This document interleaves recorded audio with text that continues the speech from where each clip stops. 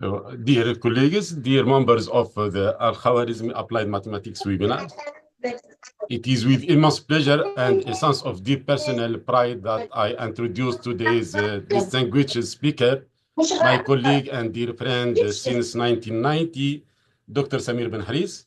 Dr. Ben Hariz completed his PhD in 2000 at the prestigious University of Orsay, France, under the supervision of Professor Jean Bertois.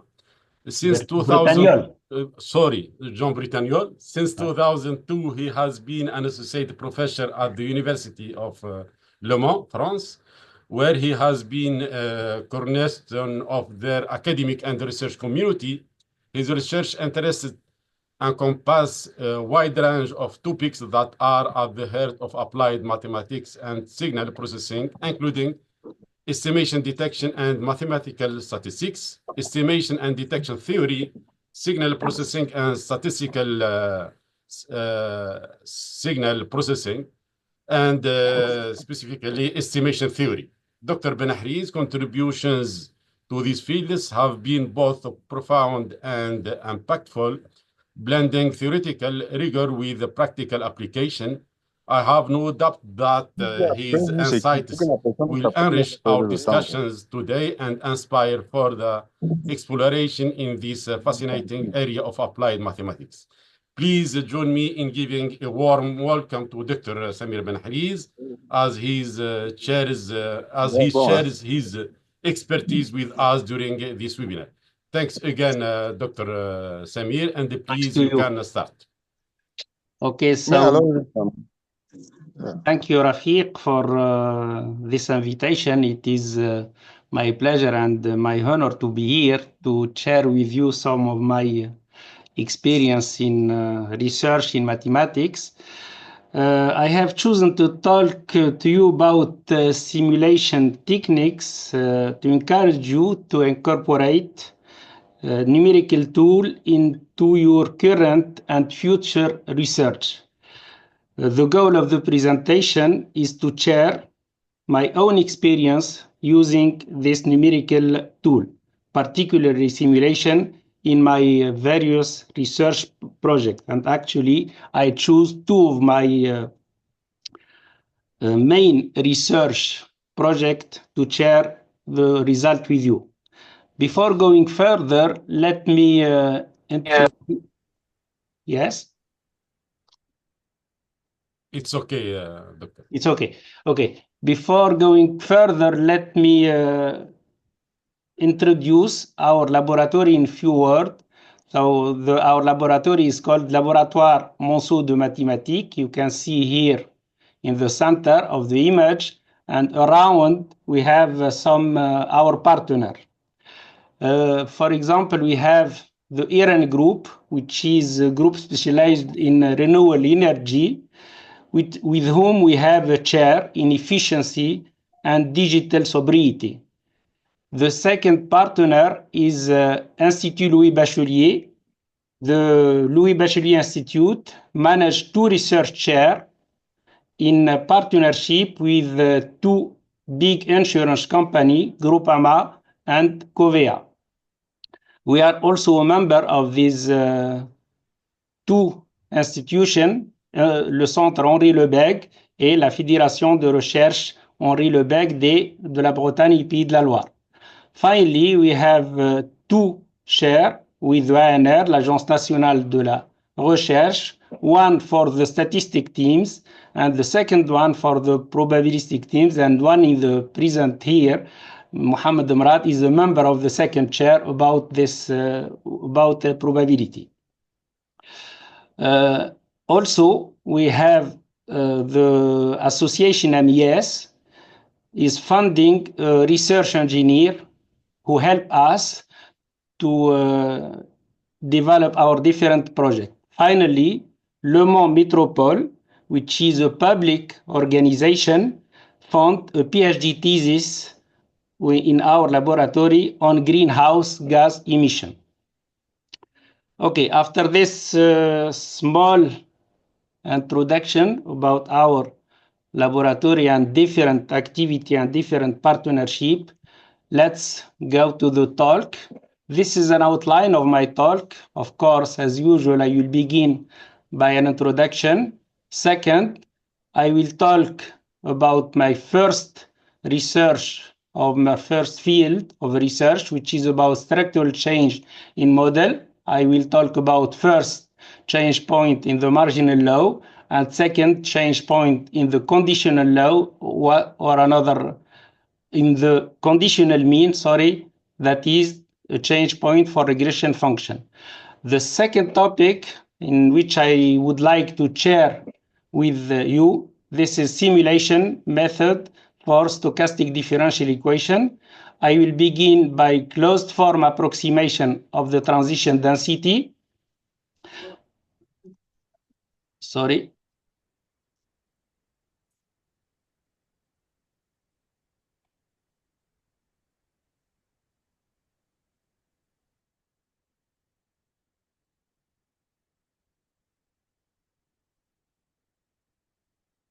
Okay. Second, we will apply this approximation, or this very nice approximation, to two classical models, VASIC and VASIC-Check model and CR model. And finally, I will show how to use this result for an exact simulation of stochastic differential equation. And naturally, I will find by some conclusion and some perspective and open question if you are interested in this field. Okay, so let's say that the integration of a numerical tool into mathematical and statistic research is transforming how researchers understand and model complex systems. This presentation provides a structured reflection of personal experience. I choose to organize the discussion about two key themes. Actually, at the beginning it was three, but I decided to just keep only two themes. The first one is about the structural or break detection in model. So here, numerical tools facilitate the identification and localization of breakpoint in time series and other complex mathematical model. The focus will be on recent algorithms and their robustness, and we will see that the logarithm of change point estimation are very robust regarding the hypothesis we need to assume. The second topic, or the second theme in which I would like to share you my experience, this is simulation method for stochastic differential equation. Simulation play an essential role in understanding and modeling complex systems. This section will highlight state-of-the-art techniques for solving stochastic differential equation. This method enables researchers to gain deep insight into the behavior of sophisticated systems and apply them to real-world problems. Let's go to the first topic about structural break in model. So let's say that identify and localize breakpoint in time series and other model are very important. We use algorithm to detect change in the mean, either the mean or the dependent structure of a statistical model. We have different applications like analyzing structural change in financial or environmental data, and so on. Before going further or moving further, let me recall two fundamental but essential results in statistics that everyone here is already know. The first, so let's recall the two classical theorems which are the basis in statistics, the large number law, and the central limit theorem. Let's begin by the following. Assume that typically x1, x2, xn is the sequence of IID random variable with mean mu and variance sigma square. The empirical mean is defined by the empirical, donc the sum of xi divided by n.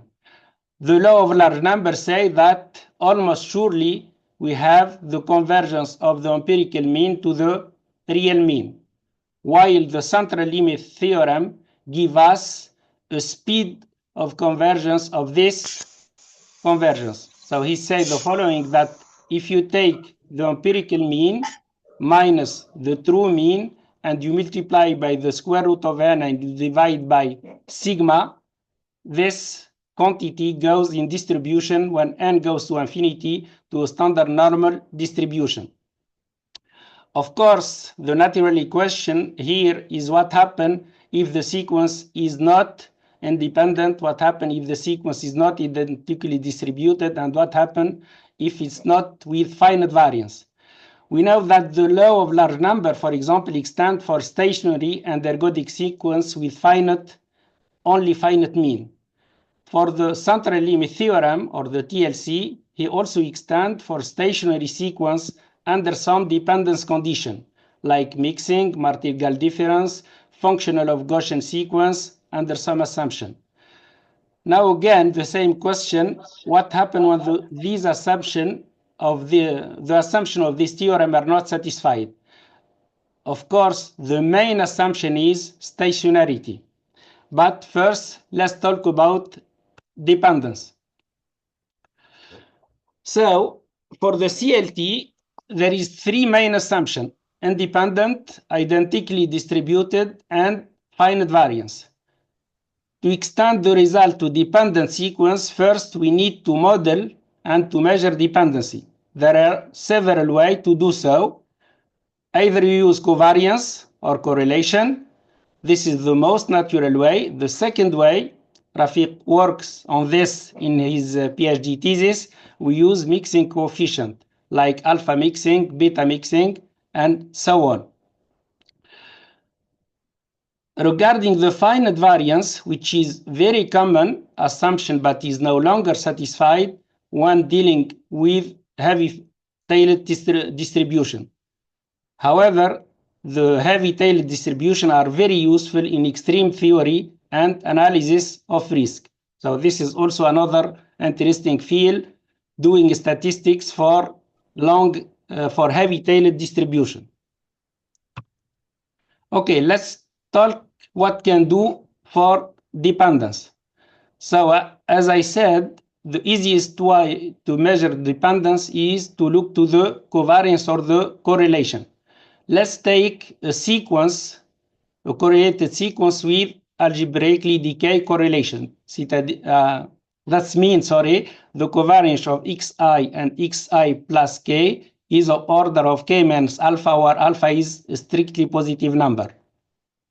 In that case, what we know that the convergence rate of the large low number deteriorate as alpha decreases. Actually, what we can show is the following, that x bar n minus the true mean behave like n minus the minimum of alpha and 1 over 2. This is mean that when alpha is bigger than 1, we have the usual speed, n minus half, but if alpha is less than 1, we have a smaller rate of convergence. This would be minus alpha over 2. Sorry, sorry, Dr. Samir, what do you mean by this approximation? X bar n minus mu is approximately equals to n to the power minus mean and so on.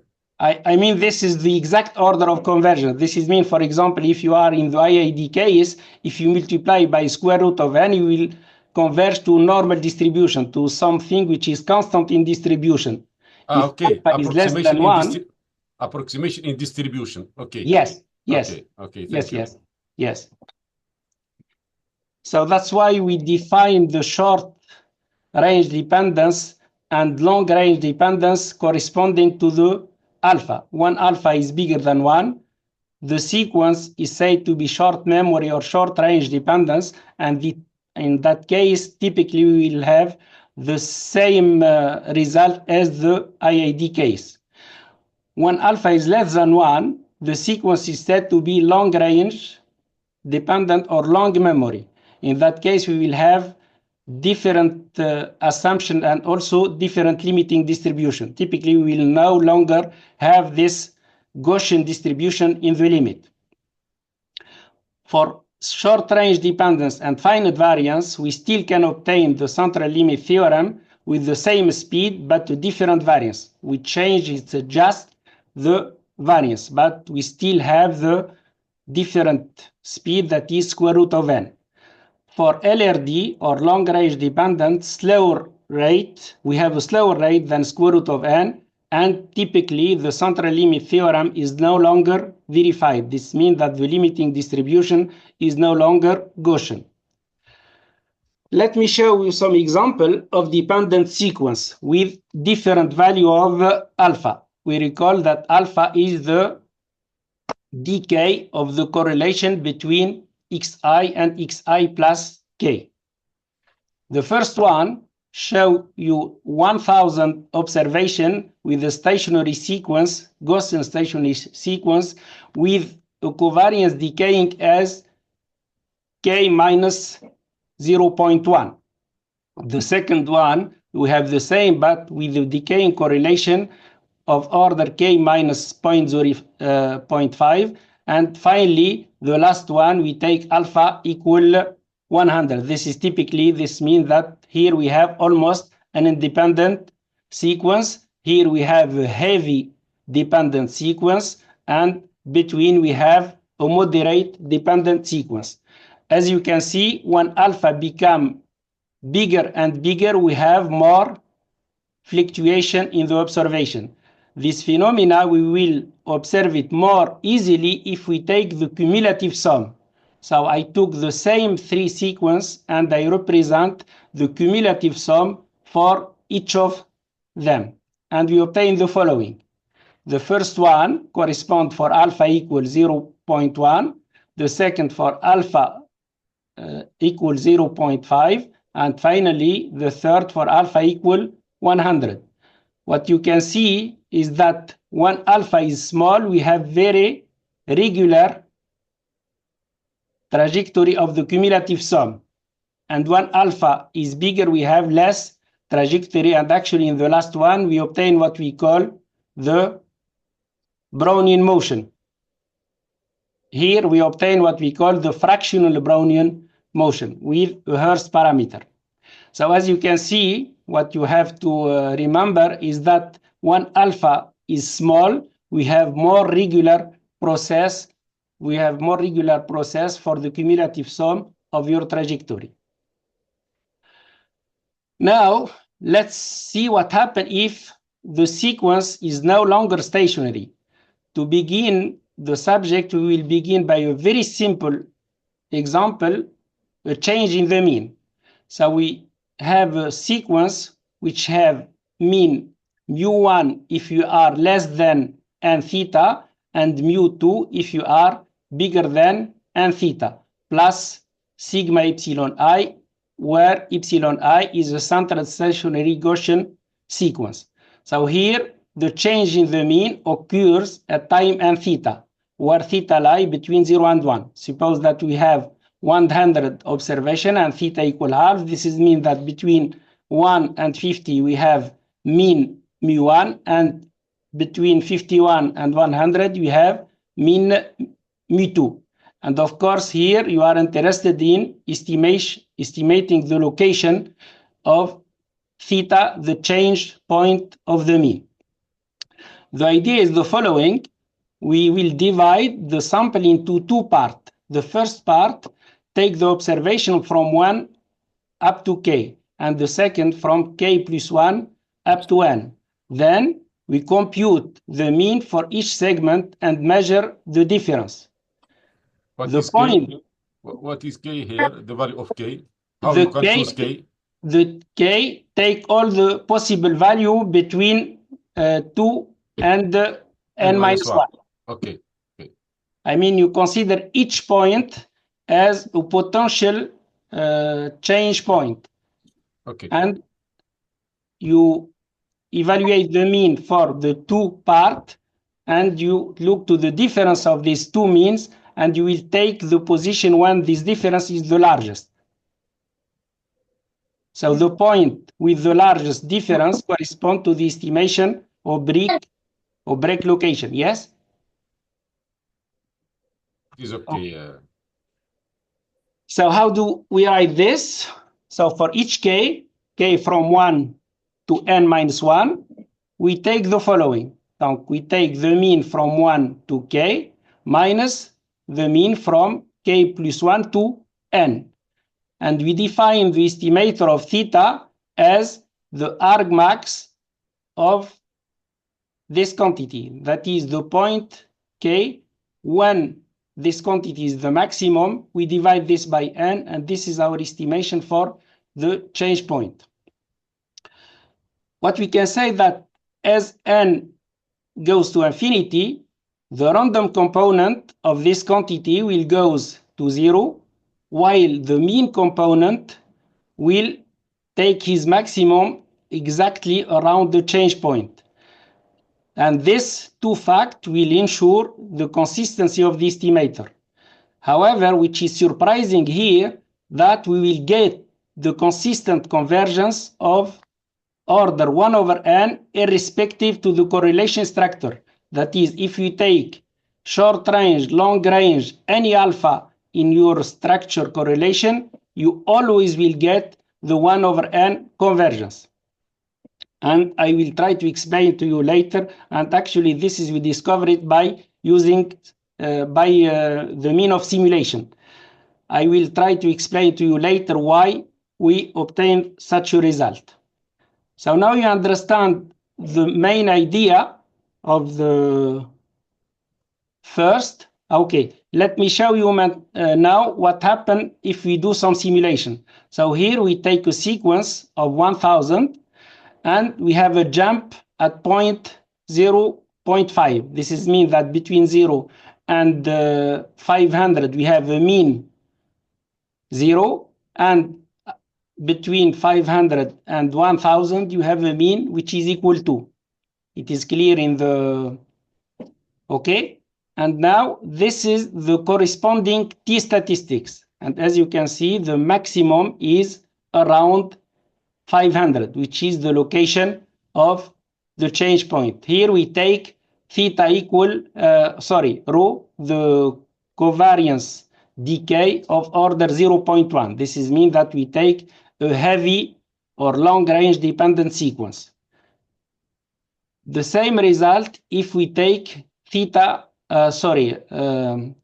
equal 0.5 and rho equal 0.5, and finally the same also when we take rho equal 100. This is mean that if we take one almost independent observation. So as you can see in the three cases, the maximum is achieved around the location of the change point, that is theta equal 0.5.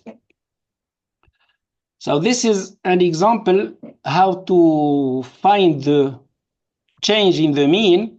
Now we will make a more general result, an extension for the change in the marginal low. That is, we are not now looking in the change in the mean only, but change in the marginal low.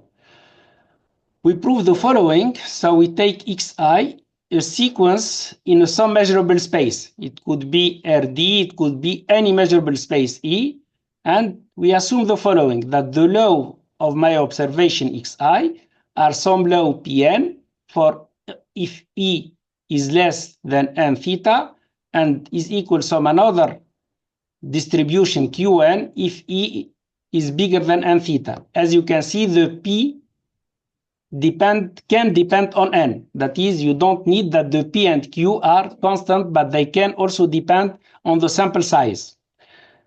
Of course, here again, theta, which is between 0 and 1, is the location of the change point, which we aim to estimate or to localize. So the idea is the following. We take some possibly random semi-norm on the space M of finite measure. We take, like for the mean, the difference between the two empirical mean, the empirical mean from 1 to k and the empirical mean from k plus 1 to n, and we add some weight. This is to avoid problem when we are near the boundary. That is, when the change point theta is near to 0 or near to 1, we add this correction to avoid problem when the theta is near the boundary. And here again, now we take the norm of our measure, decay, which measures the difference between the two distributions, between from 1 to k and from k plus 1 to n. And then we take the point k when this quantity is maximum, and we divide by n to obtain an estimation of our change point theta n. Let me now give you the main result. So this is the theorem published in Annals of Statistics with my colleague from City University of Hong Kong. We obtain the following under very general condition, which include short and long range dependent sequence and even non-stationary sequence. If you take, for example, n, the Kolmogorov-Smirnov norm, then you obtain theta hat minus theta is of order 1 over n of probability. This is a very surprising result, since here we obtain, irrespective to the dependent structure of the sequence, if you have a change in the distribution, then you can get it with an order 1 over n. For example, to compare with the empirical mean, if you assume that, if you assume that the covariance of x0 and xi are of order I minus alpha when e goes to infinity, for the mean estimation, what we know that x bar minus the mean is of order n minus alpha over 2. Let's take the case when alpha is less than 1. However, for the change point estimation, we have the difference between theta hat and theta is always 1 over n, no matter the value of alpha is. Also, for marginal inference statistic, both dependence or non-parametric method implies slower rate of convergence. For example, if you have dependence, you have slower rate of convergence. If you use non-parametric approach or non-parametric method, you again get a slower rate of convergence. Here we use a non-parametric and with dependent sequence, and all the time we get the same speed, which is 1 over n, which is really very surprising. Okay, so now we finish with the change in the marginal law for your sequence xi, but what happens if you want to look to the change in the marginal, in the conditional distribution, And one typical example, if you want to look to the change in the regression function, this is mean that you look to the change in the conditional mean. Of course, in that case, let's see what we can do. So we take xi and yi such that yi is a function of xi plus epsilon I. Of course, I from 1 to n, and we are interested in a change point for the regression function g. Let's say that the analysis of the change point has recently found an increasing interest. The breakpoint can be used to model practical problem in quality control, economics, signal and image processing. To deal with this problem, researchers have used several methods derived from regression function estimate techniques. Most of these approaches were applied to find an estimate of the location and the size of the jump of the regression function or one of its derivatives. We mention here few popular methods: the kernel approach, the local polynomial approach, and the wavelet techniques. Here actually we'll use the first one, the kernel approach. Let me enumerate some previous work and previous result in this field. Müller in 2 papers and Wu and Chu have used the smoothing kernel method.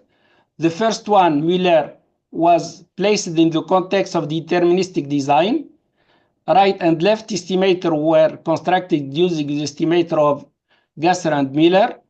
In the case of a regression function admitting a zero-order singularity localized in theta, this is mean that a jump in the function itself, he obtained the convergence rate of the estimator, which is an over n, that is a little slower than 1 over n. where n is the sequence which tend to infinity arbitrarily slowly. Lauder improved this result.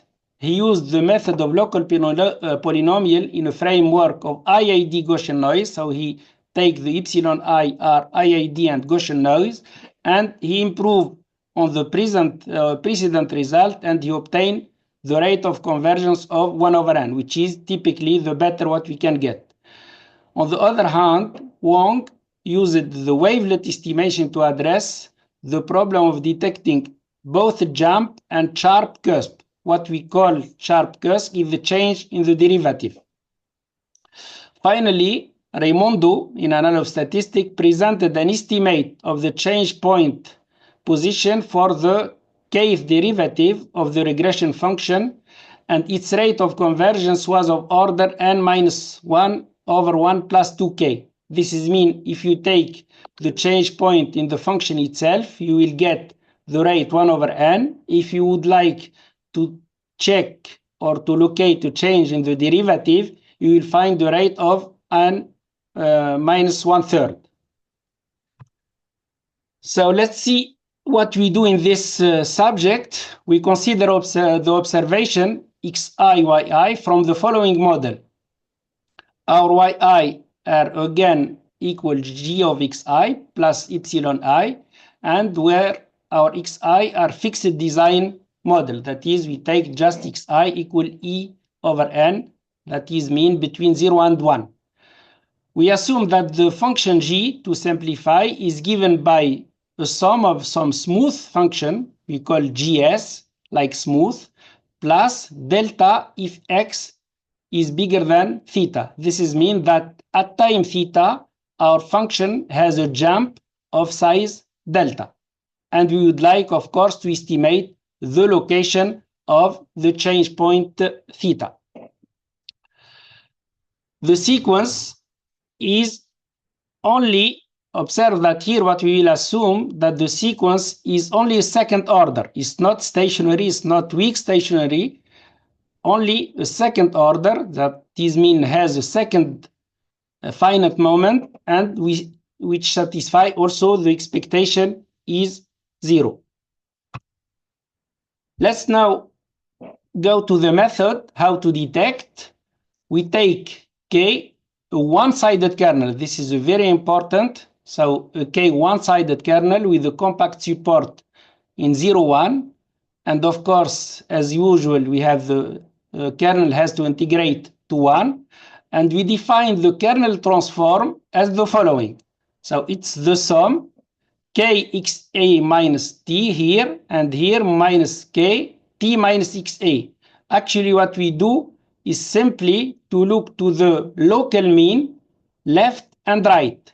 And we took the difference of the local mean at the left of the point t and the local mean at the right of the point t, and we take the difference of these two quantity, and we call this ty of t and h. Why ty? Because it's a transform of our observation y, and this transform is aimed to show or to better locate the change point. Of course, h as in method using kernel is some windows which has to go to 0, and nh has to go to infinity. Again, we take the distance between the left and right estimation of the function at point t as the absolute value of our transform. And again, we take our theta hat as the argmax of dn of th. There is no need to the absolute value here because the absolute value is already taken.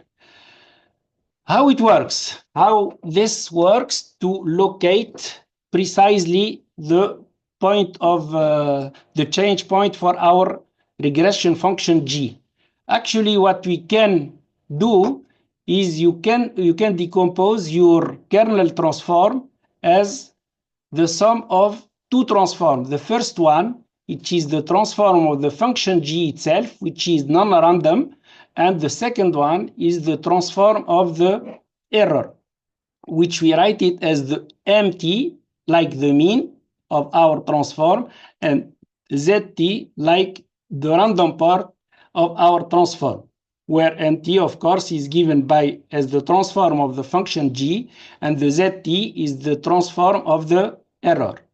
What happened is that mt, which is the mean part, achieve its maximum in theta, as we will rapidly see in one or two examples, while the random part, zt, tends to 0. So these two facts ensure that our estimation will be consistent, and we will also obtain a rate of convergence for our estimator. So let me show you a first example. So this is the first example where we took a very simple one. We have just a jump in the mean for the function g. And here you have your observation, which are in green. And then you make your kernel transform. And here is the kernel transform of your function g. And in green, you have the kernel transform of your observation. As you can see, both the mean part and the ty achieve their maximum around the change point, which is 0.5. This is a very simple example. Let me give you a most complicated example. This is, we take the following. We take y as a function 4 times sinus 5x plus 3x plus x plus 1 if x is bigger than 0.5. The function is drawn here, and you have we have a change point here. And we do the same. We evaluate the kernel transform of g and the kernel transform of y, and as you can see, both achieve their maximum around the change point, which is here 0.5. So this is the simulation what they show. Let's do the theory and try to prove this, to prove a rate of convergence.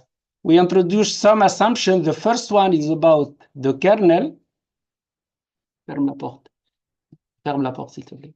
The first one is about the kernel. The second one is about the function g. We just assume that the smooth part is the C1 function. And the third one is about the error.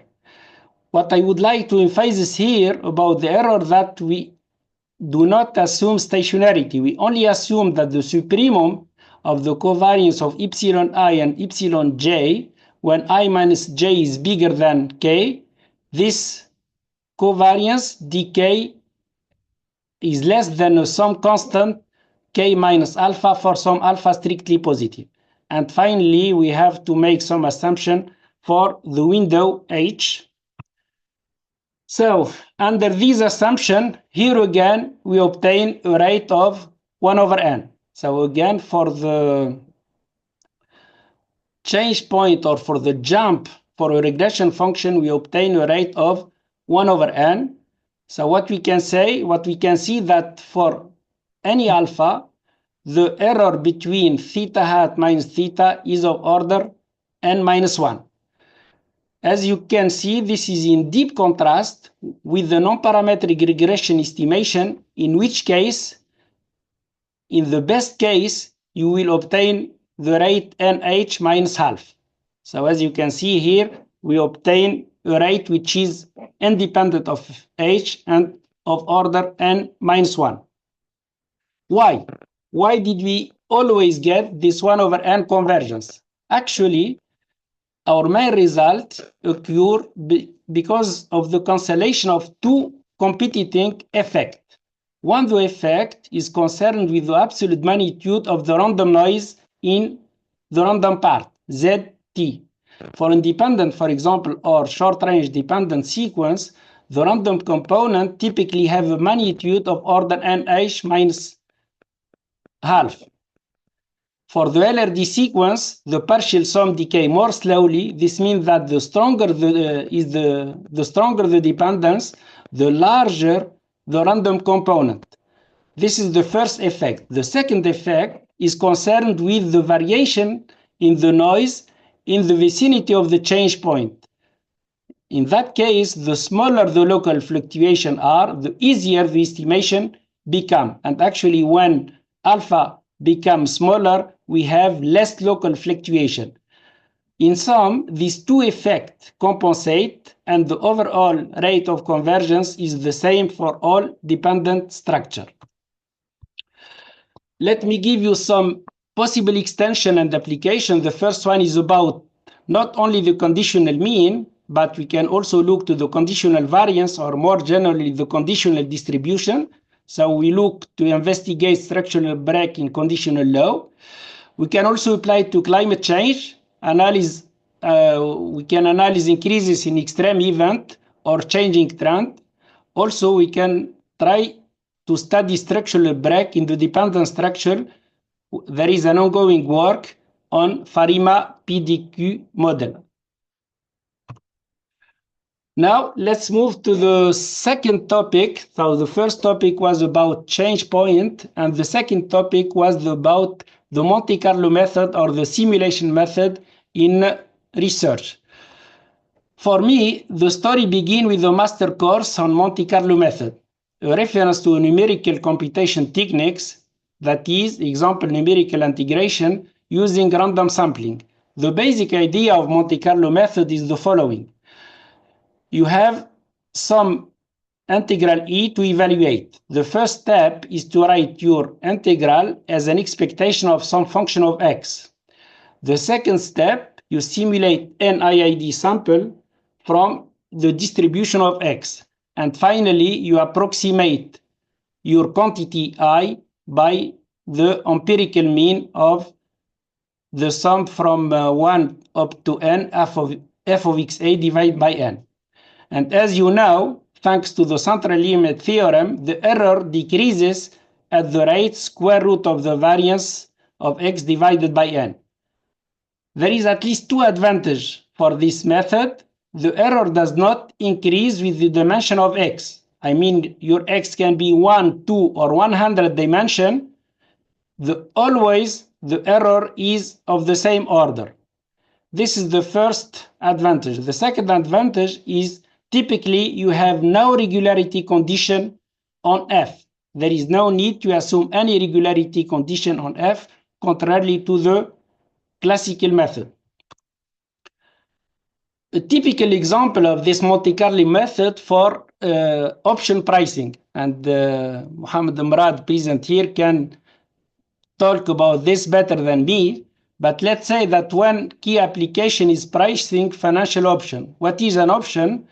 An option provides the right to buy or sell an asset with a specific price before a certain date. Option pricing are often computed either by solving partial differential equation or simulating the expected payoff using the Monte Carlo method. So to use Monte Carlo, we need to simulate the expected payoff.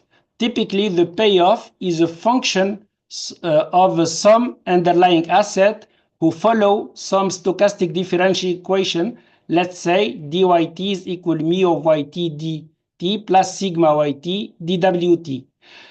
The most used method to simulate y is to use the Euler approximation. We say the following: you can approximate yt plus delta t as yt plus mu of yt time delta t plus sigma yt time the increment of a Brownian motion. And this will give you a way to simulate your y and hence evaluate your option. The problem that here, this Euler approximation need the time step delta t to goes to 0 to get a good approximation, otherwise it doesn't work. So what we will do, we would like to improve on the Euler scheme to obtain better approximation of the transition law for our diffusion. The transition function of the Markov process is the conditional density for the value of the state variable x at the fixed future time delta given the current level x0 of the state. One possible application is the maximum likelihood estimation. If you can approximate well the transition density, you can evaluate the log likelihood, and you can also estimate your parameter mu and sigma if you assume that these functions are depend on some parameter. So the seminal work of Al-Khwarizmi is to approximate the transition density around the normal one using Hermite polynomial. Before going further, let's recall what are Hermite polynomial, or the generalized version. The generalized Hermite polynomial of degree n are defined as this quantity if rho is bigger than 0, and if rho equals 0, it's simply x to the power n. And we have this relation between the two family, the classical one, which correspond when rho equal 1, and the generalized one, and we have this relation. We also, for example, the first 5 polynomials are given by h0 equal 1, h1 equal x, h2 equal x2 minus rho, and etc. etc. And we have also these two identity which are useful for the proof. Now consider the stochastic differential equation, this one, dxt mu xt plus dt plus sigma xt dwt, and we would like to approximate the transition density of xt given x0. The first step is to use what we call the Lamperti transform of x to get what we call a unitary diffusion. That is, we get a diffusion with sigma equal 1. The new one is called y. So dyt, what we call is the unitary diffusion. The next step is to standardize y delta by taking z delta equal y delta minus y0 divided by square root of delta. Now, the main result is the following, that if we note Pz of z given y0 denote the transition density of z at z conditionally on y0, we can approximate Pz by the following. What is the following? So the approximation write as phi z, where phi is the standard normal distribution, time a polynomial. A polynomial, what we have some coefficient eta g and the Hermite polynomial. And what Al-Khwarizmi proves that this expansion, when g goes to infinity, goes to the true transition density. So now what we will use is this quantity to approximate our transition density. Sorry, may I interrupt you? Yes, sure. All the information about nu and sigma is contained in your eta. Yes. Eta. Yes. And do they have a closed form? The eta? Yes. Yes, exactly. They have closed form, and we will develop right now, and even easy way to evaluate them. Okay, let's go to our main coefficient, this eta j. Oh, let me skip. So the main difficulty is to evaluate the coefficient eta j. As you can see, the eta j right as an expectation of the polynomial, the Hermite polynomial of order g applied to y delta minus y0 over square root of delta.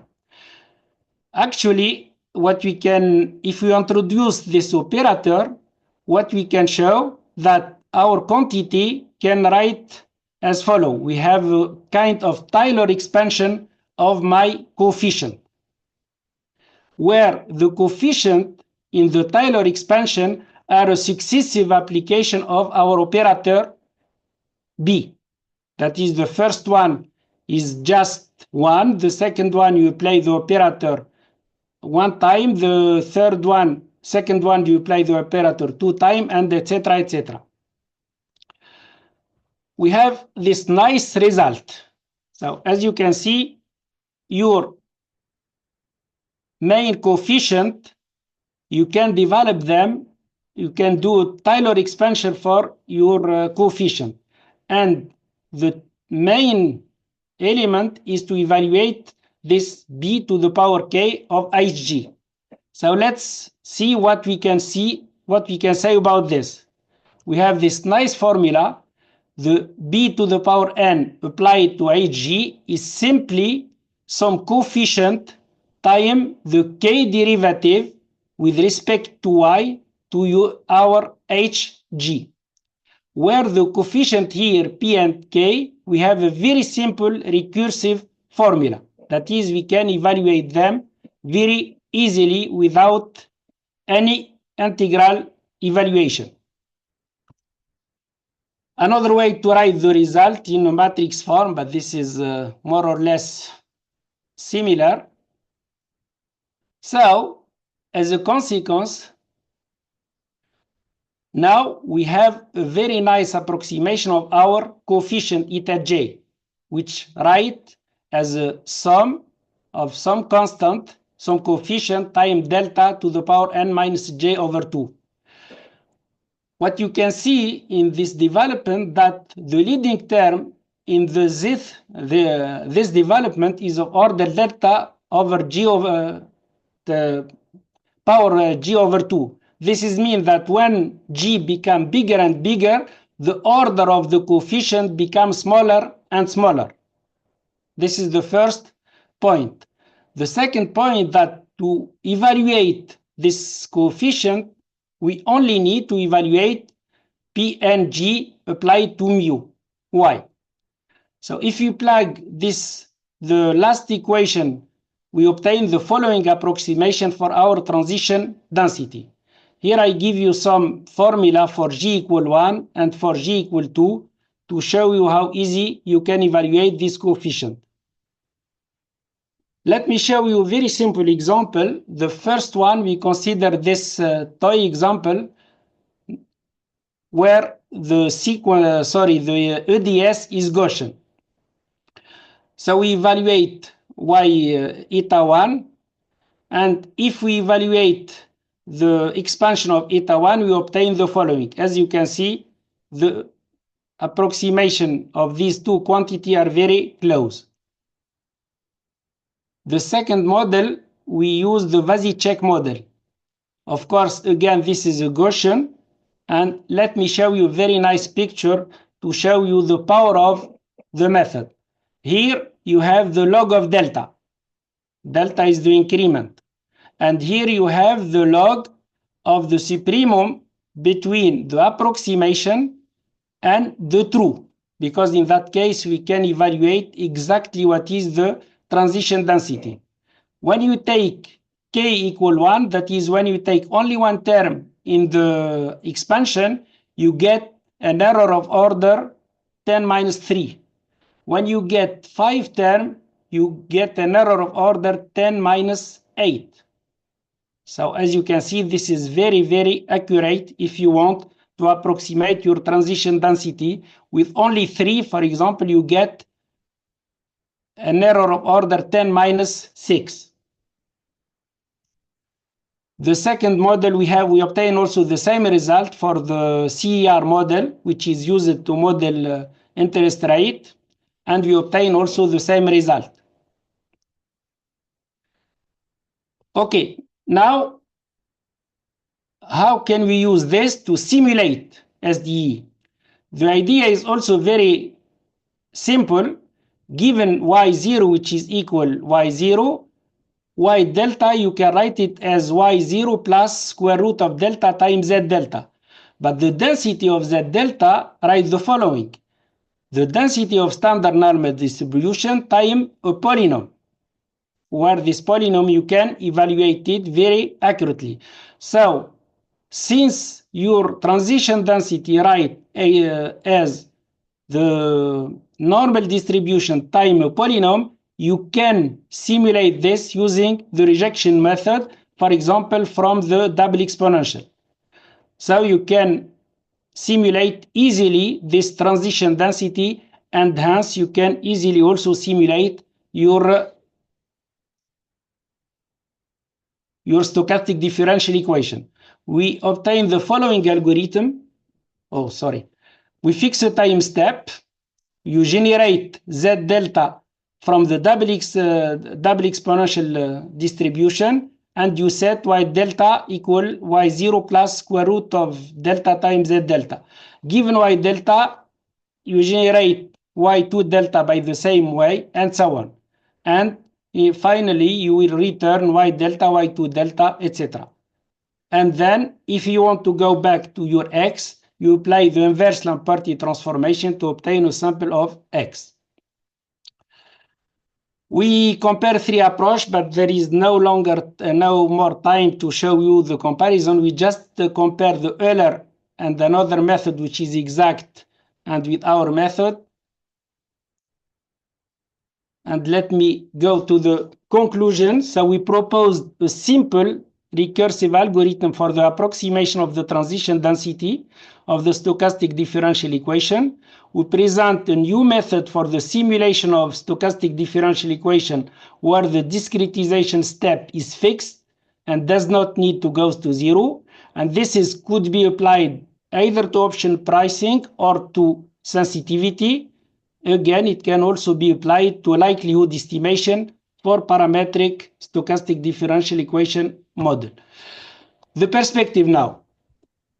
Here are some perspectives addressing the problem of structural break in Farima model. This is for the first topic, and focus on both estimation and testing methodology, because testing problem is much more difficult comparing to the estimation in change point problem.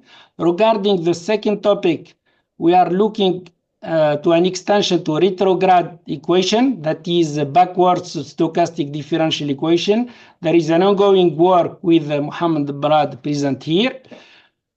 The second possible extension is multidimensional stochastic differential equation. And finally, incorporate jump in the stochastic differential equation, that is incorporation of jump model. This is some reference. I would like to stop here and thank you again for the attendance. Thank you for you, Dr. Ben Hariz, for this nice talk. Are there some questions, please? Yes, I don't Dr. have a question, but I have a remark here, if you allow me. You mentioned the seminal work of Ait Sahalia. Yes. But I'm certainly aware that he collaborated a lot with Jean Jacob, who, with Jean Jacob, yes. in my opinion, was the real precursor of this tendency of estimation through Euler schemes for stochastic differential equations. And is a precursor in the sense that he proposed several works trying to avoid to work directly on the transition, which is certainly unknown. How to estimate the parameters, of avoiding the distributions of the process. I know there is several work. Common work with yes. Yes, common work with, yes, but they are much more technical compared to the work I presented. Certainly. Okay. Other questions, Dr. Wissam? No. Okay. Please go ahead. Okay. Other questions? Yes. Yes, please. Yes. I have one question, please. Yes, please. Thank you for your presentation, Doctor. I have one question in slide number 21 and 22. Slide, you written as a k xi minus t over h minus k t minus xi over h epsilon I. This one? Slide number 20. Yes, this one. Okay. The aim of separate between them, you didn't write 2k xi minus t over h. What is the aim here? For the kernel transform? For the graph? What's the aim? You separate between these two brackets by subtraction. Yes. I can see it the same as if we write like 2k xi minus t over h will be short form. No. That's what is the aim here? I didn't get your idea, please. Yes, because as you can see, as I mentioned, the k is a one-sided kernel. It's one-sided. It's not symmetric. Typically, when you work with kernel method, you use symmetric kernel, which is with the support typically between -1 and +1.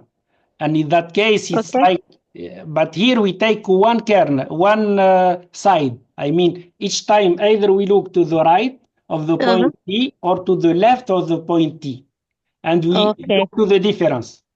Okay, I get it. I get it now. Thank you. Support here is 0, 1. It's Yeah. written. It should be -1, 1, right?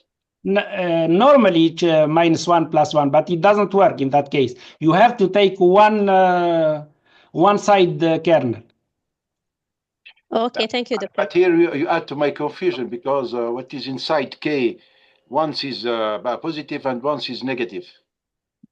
And but the quantities inside K should be in 0, 1, or I don't guess. In one case, you take observation to the right of the point T, and in the other case, you take observation on the left. Okay, one of them cancels. Yes. Okay. J'arrive. Okay, j'arrive. Other questions, please? If you can go to slide 8, please, Dr. Ben Hariz. 8? 8, yes. About the alpha mixing yes. or the central limit theorem. Okay. Yes. Here we need that our process is stationary or not necessarily. Where? To obtain the central limit theorem for alpha mixing process. Yes, of course. Of course, stationarity is important. If you are using mixing, stationarity is important. Or if you are using typically dependence, stationarity is very important to get the central limit theorem. But can us obtain central limit theorem for alpha mixing without the hypothesis of stationarity?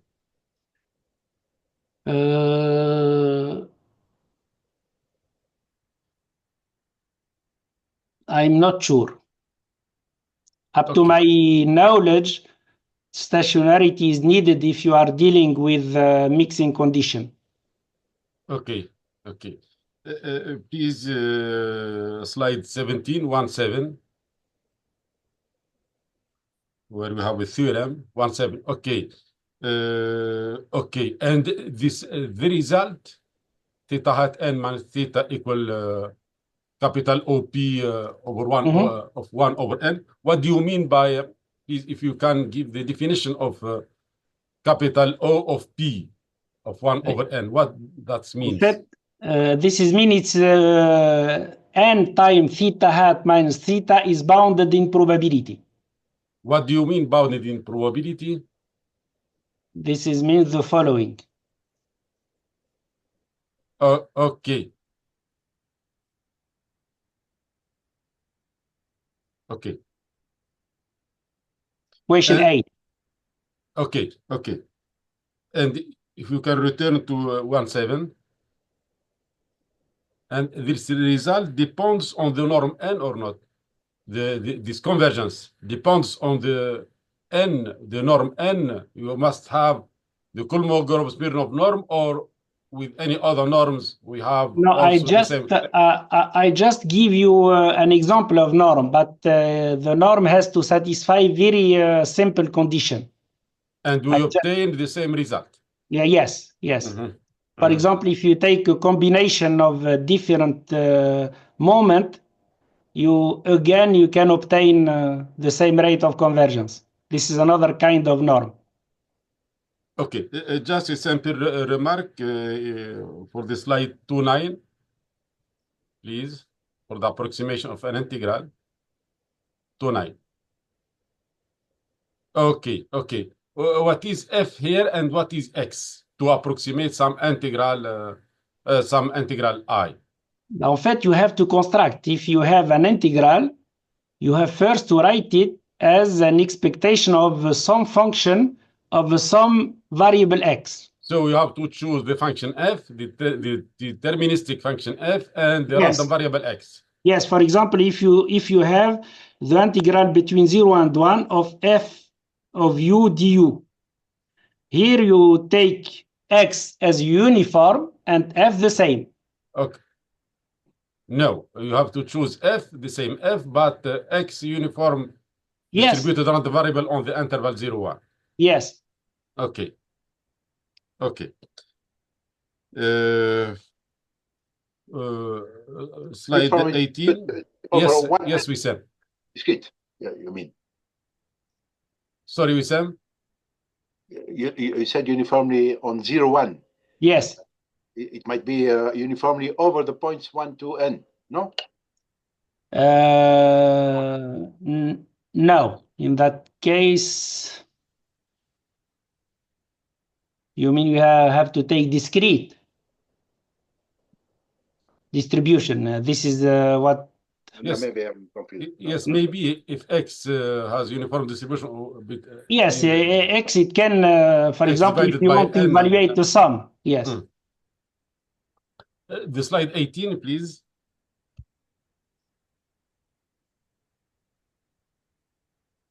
One eight. 1/8. Okay. What is xi here? Let xi yi. There is some relation. This is given. It's simply I over n. Okay, for the next. Okay. Yes. Okay. It's here. Okay. Actually, it's a fixed design. That's the only point. But here we take it simply E over n, but it can be any sequence of fixed design point. Okay. Thank you. Are there some other questions, please? Other questions? Nice talk. Thanks. Thank you for you, Dr. Fathy. Okay. Thanks for you. Thank you again, Dr. Samir, for this nice talk, and see you next talk with another speaker. Thank you again. Okay.